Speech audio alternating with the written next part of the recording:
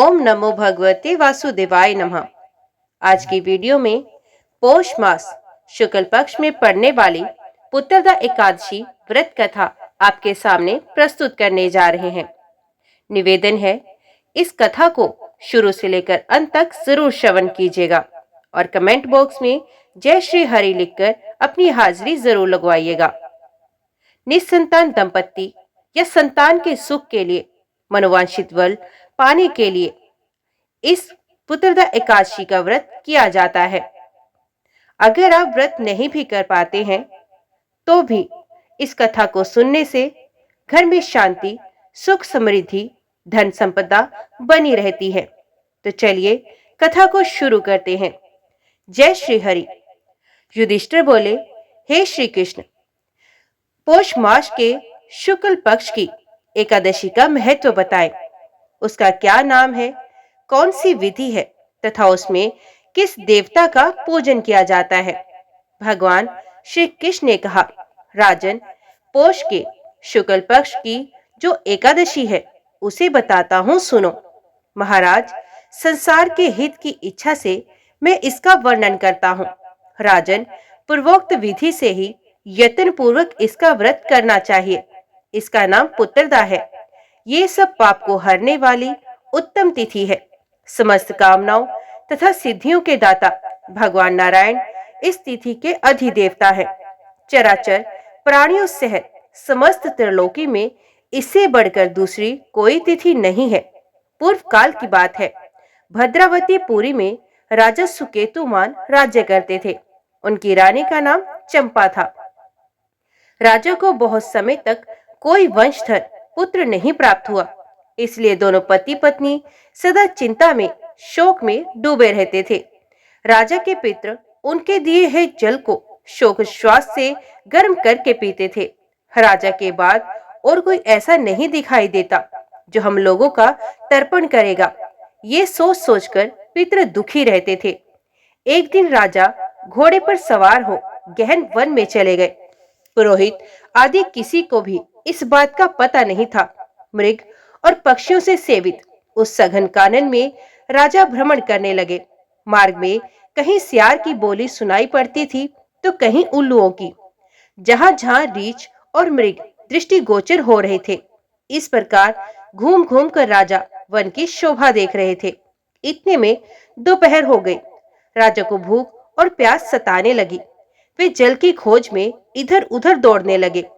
किसी पुण्य के प्रभाव से उन्हें एक उत्तम सरोवर दिखाई दिया, जिसके समीप मुनियों के बहुत से आश्रम थे। शोभाशाली नरेश ने उन आश्रम की ओर देखा। उस समय शुभ की सूचना देने वाले शगुन होने लगे। राजा का दाहिना नेत्र और दाहिना हाथ फड़कने लगा, जो उत्तम फल की सूचना दे रहा था। सरोवर के तट पर बहुत से मुनि वेद पाठ कर रहे थे। उन्हें देखकर राजा को बड़ा हर्ष हुआ। वे घोड़े से उतरकर मुनियों के सामने खड़े हो गए और पृथक पृथक उन सबकी वंदना करने लगे। वे मुनि उत्तम व्रत का पालन करने वाले थे। जब राजा ने हाथ जोड़कर बारंबार दंडवत किया, तब मुनि बोले, राजन, हम लोग तुम पर प्रसन्न हैं। राजा बोले, आप लोग कौन हैं? आपके नाम क्या है तथा आप लोग किस लिए यहाँ एकत्रित हुए हैं? ये सब सच सच बताए। मुनि बोले, राजन, हम लोग विश्वदेव हैं, यहाँ स्नान के लिए आए हैं। माघ निकट आया है। आज से 5वें दिन माघ का स्नान आरंभ हो जाएगा। आज ही पुत्रदा नाम की एकादशी है, जो व्रत करने वाले मनुष्य को पुत्र देती है। राजा ने कहा, विश्व देवगण, यदि आप लोग प्रसन्न हैं तो मुझे पुत्र दीजिए। मुनि बोले, राजन, आज के ही दिन पुत्रदा नाम की एकादशी है। इसका व्रत बहुत विख्यात है। तुम आज इस उत्तम व्रत का पालन करो। महाराज, भगवान केशव प्रसाद से तुम्हें अवश्य पुत्र प्राप्त होगा। भगवान श्री कृष्ण कहते हैं, युधिष्ठिर, इस प्रकार उन मुनियों के कहने से राजा ने उत्तम व्रत का पालन किया। महर्षियों के उपदेश के अनुसार विधि पूर्वक पुत्रदा एकादशी का अनुष्ठान किया। फिर द्वादशी को पारण करके मुनियों के चरणों में बारंबार मस्तक झुकाकर राजा अपने घर आए। तदंतर रानी ने गर्भ धारण किया। प्रसव काल आने पर पुण्यकर्मा राजा को तेजस्वी पुत्र प्राप्त हुआ, जिसने अपने गुणों से पिता को संतुष्ट कर दिया। वे प्रजाओं का पालक हुआ, इसलिए राजन पुत्रदा का नाम उत्तम व्रत अवश्य करना चाहिए। मैंने लोगों के हित के लिए तुम्हारे सामने इसका वर्णन किया। जो मनुष्य एकाग्रचित होकर पुत्रदा एकादशी का व्रत करते हैं, वे इस लोक में पुत्र पाकर मृत्यु के पश्चात स्वर्गगामी होते हैं। इस महात्म्य को पढ़ने और सुनने से अग्निष्टोम यज्ञ का फल मिलता है। जय श्री हरि। अभी हम श्रवण करते हैं पद्म पुराण से एकादशी और द्वादशी का महात्म्य। पार्वती जी ने कहा, हे महेश्वर, अब मुझसे भगवान के वैभव, मत्स्य कूर्म आदि अवतारों का विस्तार पूर्वक वर्णन कीजिए। श्री महादेव जी बोले, हे देवी, ध्यान लगाकर सुनो। मैं श्री हरि के वैभव, मत्स्य कूर्म आदि अवतारों का वर्णन करता हूँ। जैसे एक दीपक से दूसरे अनेक दीपक जला लिए जाते हैं, उसी प्रकार अनेक परमेश्वर के अनेक अवतार होते हैं। उन अवतारों के प्रावस्त, व्यूह और विभव आदि अनेक भेद होते हैं। भगवान विष्णु के अनेक शुभ अवतार बताए गए हैं। ब्रह्मा जी ने भृगु, मरीचि, अत्रि, दक्ष, कर्दम, पुलस्त्य, पुलहा, अंगिरा तथा कृतु इन 9 प्रजापतियों को उत्पन्न किया। इनमें मरीचि ने कश्यप को जन्म दिया। कश्यप के 4 स्त्रियां थी, अदिति, दीति, कद्रु और विनता। अदिति देवताओं का जन्म हुआ। दीति ने तमोगुणी पुत्रों को उत्पन्न किया, जो महान असुर हुए। उनके नाम इस प्रकार है: मकर, हयग्रीव, महाबली, हरणाक्ष, हिरण्यकश्यपु, जम्ब और मैं आदि। मकर बड़ा बलवान था। उसने ब्रह्मलोक में जाकर ब्रह्मा जी को मोहित करके उनसे संपूर्ण वेद छीन लिए। इस प्रकार श्रुतियों का अपहरण करके वे महासागर में घुस गया। फिर तो सारा संसार धर्म से शून्य हो गया। वर्ण संकर संतान उत्पन्न होने लगी। स्वाध्याय, वष्टकार और वर्णा आश्रम धर्म का लोप हो गया। तब ब्रह्मा जी ने संपूर्ण देवताओं के साथ क्षीर सागर पर भगवान के शरण में जाकर मकर दैत्य के द्वारा अपहरण किए हुए वेदों का उद्धार करने के लिए उनका स्तवन किया।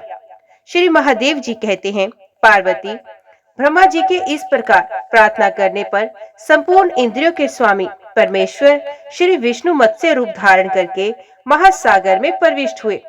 उन्होंने उस अत्यंत भयंकर मकर नामक दैत्य को उनके अग्रभाग से विदीर्ण करके मार डाला और अंग उपांगों सहित संपूर्ण वेदों को लाकर ब्रह्मा जी को समर्पित कर दिया। इस प्रकार उन्होंने मत्स्य अवतार के द्वारा संपूर्ण देवताओं की रक्षा की। वेदों को लाकर श्री हरि ने तीनों लोकों का भय दूर किया, धर्म की प्राप्ति कराई और देवताओं तथा सिद्धों के मुख से अपनी स्तुति सुनते हुए वे वहां से अंतर ध्यान हो गए। प्रिय, अब मैं श्री विष्णु के पूर्व अवतार संबंधी विश्व वंदित वैभव का वर्णन करता हूँ। महर्षि अत्रि के पुत्र दुर्वासा बड़े ही तेजस्वी मुनि हुए। वे महान तपस्वी हुए, अत्यंत क्रोधी तथा संपूर्ण लोकों को क्षोभ में डालने वाले। एक समय की बात है, वे देवराज इंद्र से मिलने के लिए स्वर्गलोक में गए। उस समय इंद्र ऐरावत हाथी पर नरुध्वज संपूर्ण देवताओं से पूजित होकर कहीं जाने के लिए तैयार थे। उन्हें देखकर महातपस्वी दुर्वासा का मन प्रसन्न हो गया। उन्होंने विनित भाव से देवराज को एक पारिजात की माला भेंट की। देवराज ने उसे लेकर हाथी के मस्तक पर डाल दिया और स्वयं नंदन वन की ओर चल दिए। हाथी मद से उन्मत्त हो रहा था। उसने सूंड से उस माला को उतार लिया और मसलते हुए तोड़कर जमीन पर फेंक दिया। इससे दुर्वासा जी को क्रोध आ गया और उन्होंने शाप देते हुए कहा, देवराज, तुम त्रिभुवन की राजलक्ष्मी से संपन्न होने के कारण मेरा अपमान करते हो, इसलिए तीनों लोकों की लक्ष्मी नष्ट हो जाएगी, इसमें तनिक भी संदेह नहीं है। दुर्वासा के इस प्रकार शाप देने पर इंद्रपुण्य अपने नगर को लौट गए। तत्पश्चात जगन माता लक्ष्मी अंतर ध्यान हो गई। ब्रह्मा आदि देवता, गंधर्व, यक्ष, किन्नर, दैत्य, दानव, नाग, मनुष्य, राक्षस, पशु, पक्षी तथा कीट आदि जगत के समस्त चराचर प्राणी दरिद्रता के मारे दुख भोगने लगे। सब लोगों ने भूख प्यास से पीड़ित होकर ब्रह्मा जी के पास जाकर कहा, भगवान, तीनों लोग भूख प्यास से पीड़ित हैं, आप सब लोगों के स्वामी और रक्षक हैं, अतः हम आपकी शरण में आए हैं। देवेश, आप हमारी रक्षा करें। ब्रह्मा जी बोले, देवता, दैत्य, गंधर्व और मनुष्य आदि प्राणियों, सुनो, इंद्र के अनाचार से ही ये सारा संकट उपस्थित हुआ है। उन्होंने अपने बर्ताव से महात्मा दुर्वासा को कुपित कर दिया है। उन्होंने क्रोध से आज तीनों लोकों का नाश हो रहा है। जिनकी कृपा कटाक्ष से सब लोग सुखी होते हैं, वे जगन माता महालक्ष्मी अंतर्ध्यान हो गई हैं। जब तक वे अपनी कृपा दृष्टि से नहीं देखेंगी, तब तक सब लोग दुखी ही रहेंगे। इसलिए हम सब लोग चलकर क्षीर सागर में विराजमान सनातन देव भगवान नारायण की आराधना करें। उनके प्रसन्न होने पर ही संपूर्ण जगत का कल्याण होगा। ऐसा निश्चय करके ब्रह्मा जी संपूर्ण देवताओं और भृगु आदि महर्षियों के साथ क्षीर सागर गए और विधि पूर्वक पुरुष सुकत के द्वारा उनकी आराधना करने लगे। उन्होंने अन्यचित होकर अष्टाक्षर मंत्र का जप और पुरुष सुकत का पाठ करके परमेश्वर का ध्यान करते हुए उनके लिए हवन किया तथा दिव्य स्तोत्रों से स्तवन और विधिवत नमस्कार किया। इससे प्रसन्न होकर भगवान ने सब देवताओं को दर्शन दिया और कृपा पूर्वक कहा, देवगण, मैं वर देना चाहता हूँ, तुम लोग इच्छा अनुसार वर मांगो। ये सुनकर ब्रह्मा आदि संपूर्ण देवता हाथ जोड़कर बोले, भगवान, दुर्वासा मुनि के शाप से तीनों लोग संपत्तिहीन हो गए हैं। पुरुषोत्तम, इसलिए हम आपकी शरण में आए हैं। श्री भगवान बोले, देवताओं, अत्रि कुमार दुर्वासा मुनि के शाप से भगवती लक्ष्मी अंतर्ध्यान हो गई हैं। अब तुम लोग मंदराचल पर्वत को उखाड़कर क्षीर समुद्र में रखो और उसे मथानी बनाकर नागराज वासुकी को रस्सी की तरह उसे लपेट दो। फिर दैत्य, गंधर्व और दानवों के साथ मिलकर समुद्र का मंथन करो। तत्पश्चात जगत की रक्षा के लिए लक्ष्मी प्रकट होंगी। उनकी कृपा दृष्टि पड़ते ही तुम लोग महान सौभाग्यशाली हो जाओगे। इसमें तनिक भी संदेह नहीं।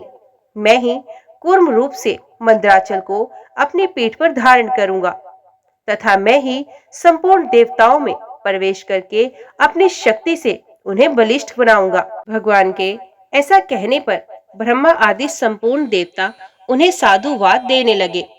उनकी स्तुति सुनते हुए भगवान अच्युत वहां से अंतर्ध्यान हो गए। तदंतर संपूर्ण देवता और महाबली दानव आदि ने मंदराचल पर्वत को उखाड़कर क्षीर सागर में डाला। इसी समय अमित पराक्रमी भूत भावन भगवान नारायण ने कछुए के रूप में प्रकट होकर उस पर्वत को अपनी पीठ पर धारण किया तथा एक हाथ से उन सर्वव्यापी अविनाशी प्रभु ने उसके शिखर को भी पकड़ रखा था। तदंतर देवता और असुर मंदराचल पर्वत में नागराज वासुकी को लपेटकर क्षीर सागर का मंथन करने लगे। जिस समय महाबली देवता लक्ष्मी को प्रकट करने के लिए क्षीर सागर को मथने लगे, उस समय संपूर्ण महर्षि उपवास करके मन और इंद्रियों के संयम पूर्वक श्री सूड और विष्णु सहस्त्र नाम का पाठ करने लगे। शुद्ध एकादशी तिथि को समुद्र का मंथन आरंभ हुआ। उस समय लक्ष्मी के प्रादुर्भाव की अभिलाषा रखते हुए श्रेष्ठ ब्राह्मणों और मुनिवरों ने भगवान लक्ष्मी नारायण का ध्यान और पूजन किया। उस मुहूर्त में सबसे पहले कालकूट नामक महाभयंकर विष प्रकट हुआ। बड़े पिंड के रूप में था।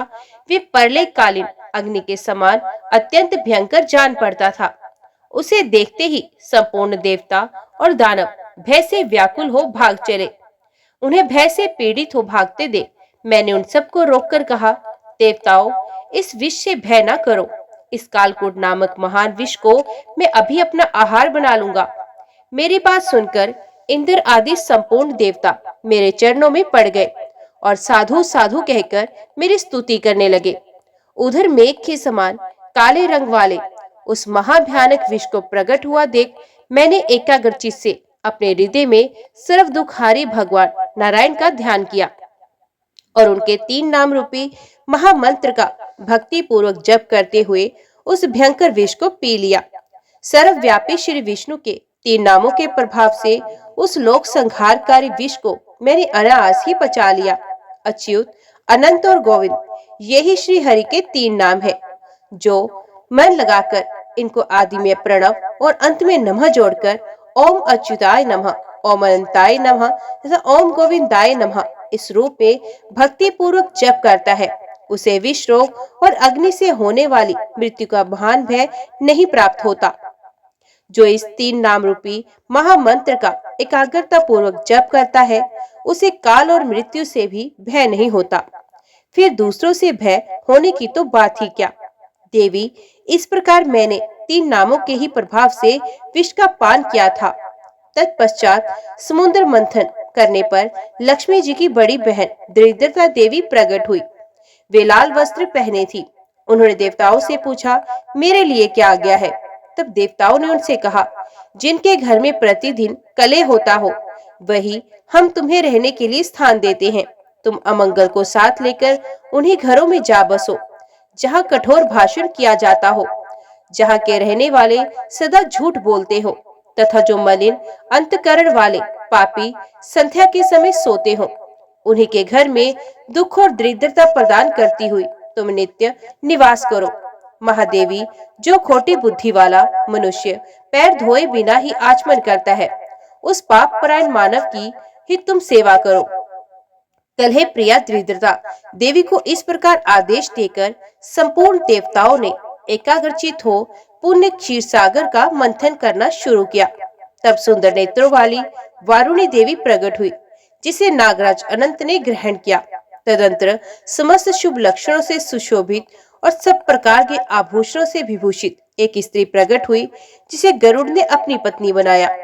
इसके बाद दिव्य अप्सराएं और महातेजस्वी गंधर्व उत्पन्न हुए, जो अत्यंत रूपवान और सूर्य, चंद्रमा तथा अग्नि के समान तेजस्वी थी।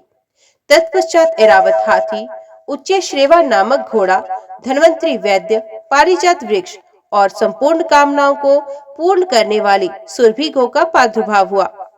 इन सबको देवराज इंद्र ने बड़ी प्रसन्नता के साथ ग्रहण किया।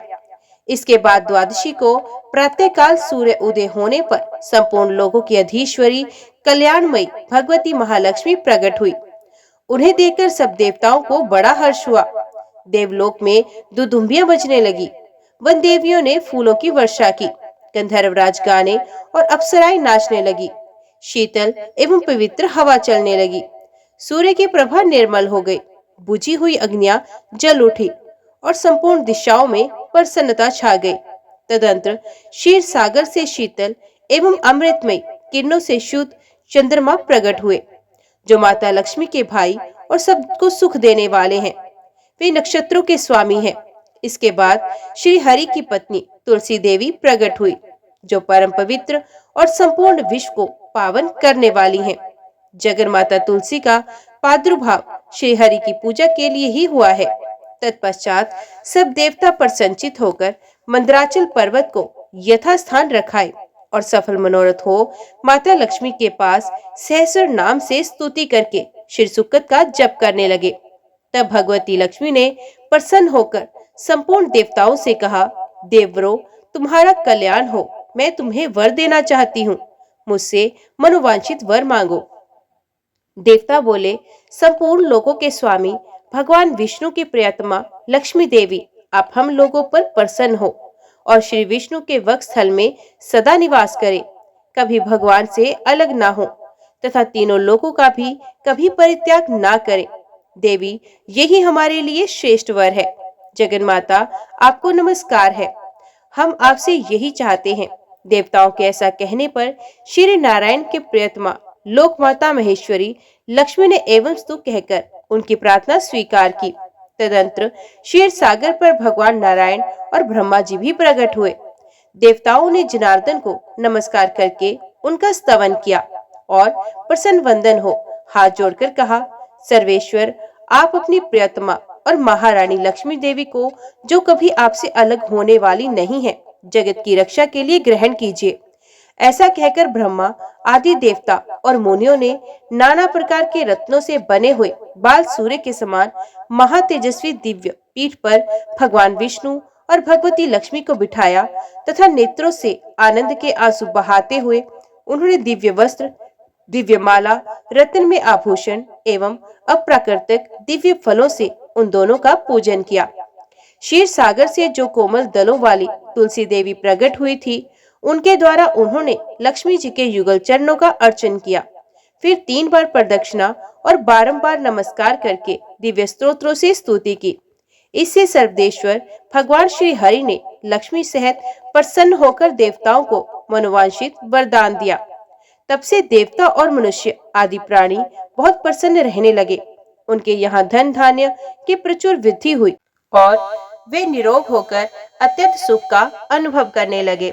इसके बाद लक्ष्मी सहित भगवान विष्णु ने प्रसन्न होकर संपूर्ण लोगों के हित के लिए समस्त महामुनियों और देवताओं से कहा, मुनियों और महाबली देवताओं, तुम सब लोग सुनो, एकादशी तिथि परम पुण्यमयी है। ये सब उपद्रवों को शांत करने वाली है। तुम लोगों ने लक्ष्मी का दर्शन पाने के लिए इस तिथि को उपवास किया, इसलिए ये द्वादशी तिथि मुझे सदा प्रिय होगी। आज से जो लोग एकादशी को उपवास करके द्वादशी को प्रातः काल सूर्य उदय होने पर बड़ी श्रद्धा के साथ लक्ष्मी और तुलसी के साथ मेरा पूजन करेंगे, वे सब बंधनों से मुक्त होकर मेरे परम पद को प्राप्त होंगे। ऐसा कहकर सनातन परमात्मा भगवान विष्णु मुनि के द्वारा अपनी स्तुति सुनते हुए लक्ष्मी जी के निवास स्थान क्षीर सागर में चले गए। वहां सूर्य के समान तेजोमय विमान पर शेषनाग की शैया के ऊपर विशाल लोचना भगवती रमा के साथ रहने लगे।